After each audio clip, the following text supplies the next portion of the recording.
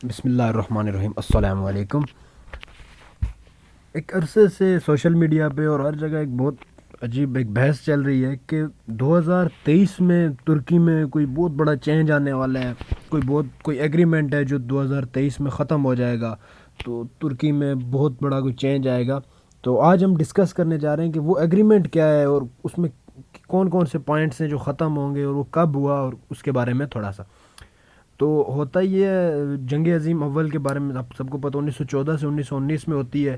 پھر اس کے بعد 1920 میں ترکی اس اتحاد کا حصہ ہوتا ہے جو ہارا ہوا گروپ ہوتا ہے، یعنی ترکی اور جرمنی وغیرہ یہ ہار چکے ہوتے ہیں اس میں، اور جو فاتح اتحادی ہوتے ہیں ان میں فرانس، اٹلی، جاپان یہ اور برطانیہ وغیرہ اس میں شامل ہوتے ہیں۔ تو پہلے ان کے ساتھ معاہدہ کیا جاتا ہے، ترکی کے ساتھ معاہدہ سیورس، جو کہ 1920 میں ہوتا ہے۔ لیکن پھر جب مصطفیٰ کمال پاشا کی قیادت میں ترکی افواج یونانیوں کو شکست دے کے ملک سے باہر نکالتے ہیں، تب پھر 1923 میں ان کے ساتھ ایک دوبارہ معاہدہ کیا جاتا ہے جسے معاہدہ لوزان کا نام دیا جاتا ہے۔ چونکہ یہ معاہدہ سوئٹزرلینڈ کے شہر لوزان میں ہوا، اس لیے اسے معاہدہ لوزان کے نام سے یاد کیا جاتا ہے۔ تو اب اس کے کچھ پوائنٹس ہم ڈسکس کرتے ہیں۔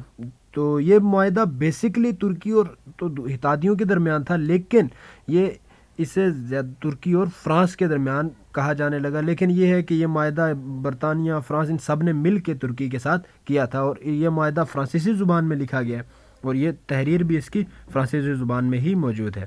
تو اس کے کچھ امپورٹنٹ پوائنٹس ہم آپ کے ساتھ ڈسکس کرتے ہیں۔ پھر اس کی جو مدت تھی وہ 100 سال ہے، جو اب 2023 میں ختم ہوگی۔ تو پھر ہم کچھ اس سے پرسپیکٹیوز کے اوپر ڈسکس کرتے ہیں کہ 2023 میں ترکی کو کیا فائدہ ہوگا اور کیا نقصانات ہوں گے۔ تو جو لوزان کانفرنس تھی اس کے خاتمے پر ایک معاہدے پر دستخط ہوتے ہیں۔ اس کے کچھ امپورٹنٹ پوائنٹس، جو ایک پوائنٹ یہ تھا کہ اس معاہدے کی روح سے حکومت انقرہ کو اناطولیہ کا سارا علاقہ مل گیا، نیز مشرقی تھریس کا علاقہ بھی اس کے سپرد ہوا۔ امبروس ٹینٹیڈوس کے جزائر، ایڈریا نوبل کا علاقہ بھی ترکوں کو مل گیا۔ نمبر 2، ترکی میں موجود اتحادی فوجیں مکمل طور پر واپس چلی گئی۔ عراق، شام اور ترکیہ کے درمیان سرحدات کا تعین نئے سرے سے کرنے کا بندوبست ہوا۔ بڑی طاقتوں نے ترکیہ کے جذبات اور موقف کو بڑی قدر کی نگاہ سے دیکھا اور باعزت طور پر سرحدوں کی نشاندہی ہو گئی۔ اس کے علاوہ فرانس نے ملیشیا کا صوبہ واپس کر دیا۔ اس معاہدے میں موصل کا کوئی ذکر نہیں تھا، گویا اس مسئلے کو غیر معینہ مدت کے لیے التوا میں ڈال دیا گیا۔ نمبر 4، کردستان کو کلی طور پر ترکیہ میں شامل کر دیا گیا، اس علاقے پر اس کے حقوق کو تسلیم کیا گیا۔ اور اس کے علاوہ اس معاہدے کی روح سے قرار پایا کہ ترک اور یونانی ایک دوسرے کے ملک میں موجود باشندوں کو واپس بلا لیں گے۔ اس سلسلے میں ایک الگ معاہدہ ہوا۔ ترکیہ میں آباد یونانی باشندے واپس یونان جانے لگے اور یونان کے ترک باشندوں نے ترکی کا رخ کیا۔ چنانچہ مہاجرین کی ایک کثیر تعداد نے واپس آ کر حکومت کے لیے مسئلہ پیدا کر دیا۔ ترکوں نے کسی نہ کسی طرح اپنے غریب الوطن بھائیوں کی آبادکاری کا بندوبست کر دیا۔ اس تبادلے میں تقریباً 4 لاکھ مہاجرین یونانی سلطنت سے ترک سکونت کر کے ترکیہ میں آباد ہو گئے۔ بہرحال اس کا ایک فائدہ ضرور ہوا کہ ایک قومی متحدہ سلطنت بن گئی، اس کے سیاسی مصائب میں کسی حد تک کمی واقع ہو گئی۔ اس کے علاوہ عثمانی سلطانوں نے جو قرضے لیے تھے، یورپی ملکوں سے باہری مالیت کے قرضے لے رکھے تھے، ترکی کی نئی حکومت نے ان کے بارے میں لا علمی کا اظہار کیا۔ بہرحال ان قرضوں کے بارے میں مغربی طاقتوں سے سمجھوتہ ہو گیا۔ سلطنت عثمانیہ کے کل قرضوں کی مالیت 107 ملین پاؤنڈ تھی، اور انقرہ کی حکومت نے نئے معاہدے کی روح سے صرف 8 ملین پاؤنڈ کی ادائیگی کی حامی بھری۔